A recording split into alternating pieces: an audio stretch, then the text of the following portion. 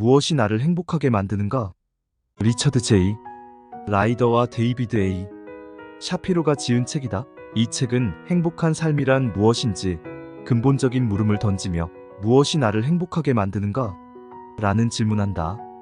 이 책은 성공보다 성취를, 목적지가 아닌 과정의 중요성을 강조하며 내면의 통찰력을 통해 더 건강한 선택을 할 수 있도록 도와준다. 이 책은 인생의 절반쯤 왔을 때 깨닫게 되는 것들에 대해 이야기하며 바람직한 삶을 위해서 어깨를 짓누르는 인생의 짐을 덜어내고 과감하게 버리고 지혜롭게 나만의 인생을 소유하자는 메시지를 전달한다.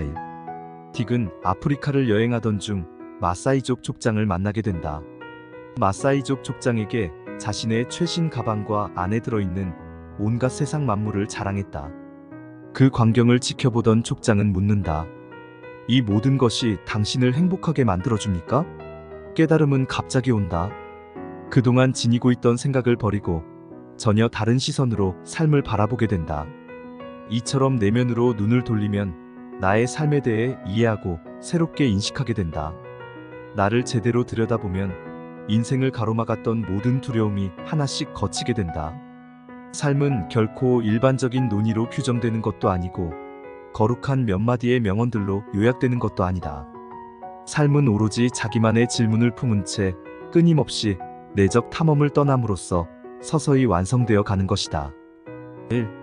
감춰진 나의 재능을 재발견하자. 삶의 근본은 창조다. 당신은 지금 무엇을 창조하고 있는가? 당신의 재능을 발휘하고 있는가? 그렇지 않다면 어떻게 해야 되겠는가? 2.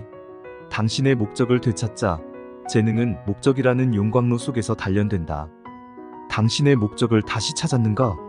찾지 못했다면 그것을 다시 찾기 위해서 어떤 일을 할 수 있겠는가? 3. 당신의 직업을 새로운 시각으로 바라보자. 만족은 늘 불만족을 낳는다. 어떻게 해야 당신이 매일 아침 그날 할 일에 대한 설렘으로 잠자리에서 일어날 수 있겠는가? 4. 당신을 위한 개인 이사회를 새로 선출하자.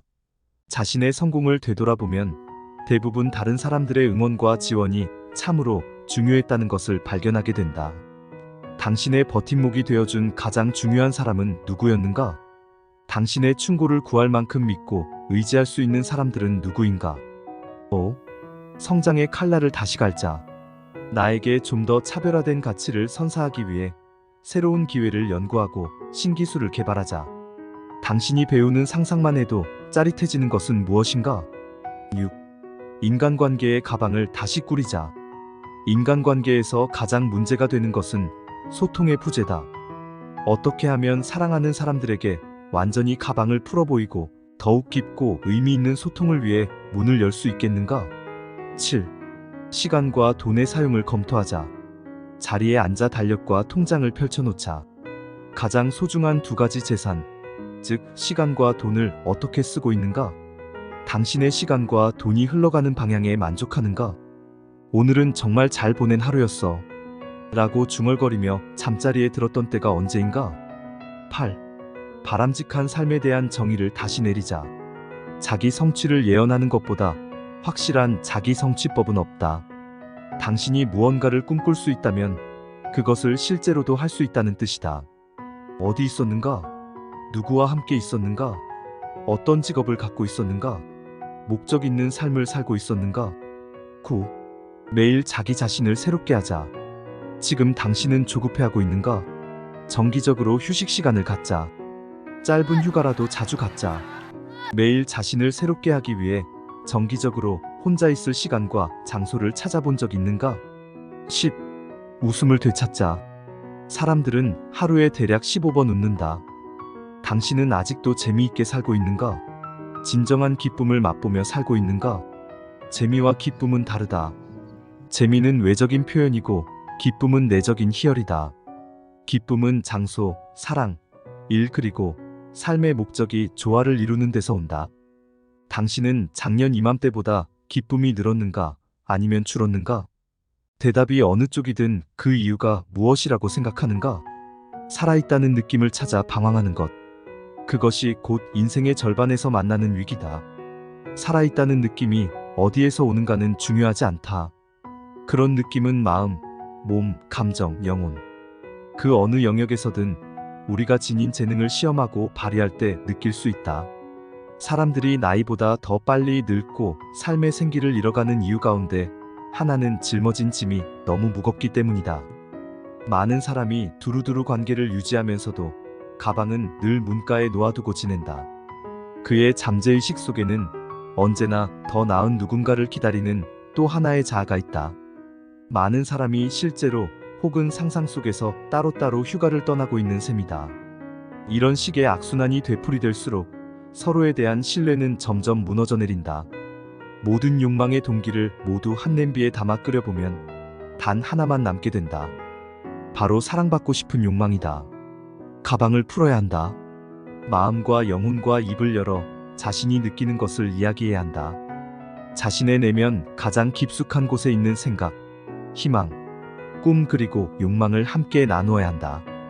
두려움을 이기고 자기 자신을 드러내지 않고서는 결코 진정한 자신의 모습을 보여줄 수 없다.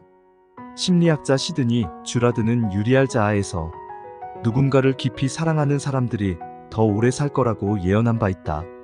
서로에게 자신을 드러내 보이는 사람들은 질병에 걸릴 확률이 훨씬 낮을 뿐 아니라 더 건강하고 활기찬 삶을 살 수 있다는 이론이었다. 1973년 딕의 연구를 비롯한 다른 연구 결과들을 통해 그것이 사실임이 입증됐다. 성공보다 성취를 목적지가 아닌 과정의 중요성을 강조하며 내면의 통찰력을 통해 더 건강한 선택을 할 수 있도록 도와준다. 바람직한 삶을 위해서 어깨를 짓누르는 인생의 짐을 덜어내고 과감하게 버리고 지혜롭게 나만의 인생을 소유하자. 당신은 더 나은 삶을 살 자격이 있다. 마지막까지 나의 삶을 사랑하는 사람으로 살길 바란다. 사람들은 자신의 말을 들어주고 이해해주며 누군가가 자기 존재를 그대로 인정해주기를 끝없이 갈구하고 있다는 것이다. 희망적인 것은 우리에겐 하루에도 수백 번씩 용기 있는 대화를 할 수 있는 능력이 있다는 것이다. 너와 나의 관계는 곧 나와 나의 관계를 보여주는 거울이다. 다른 사람들과의 관계를 발전시켜 나간다는 것은 결국 자기 자신과의 관계를 발전시켜 나가는 것이다.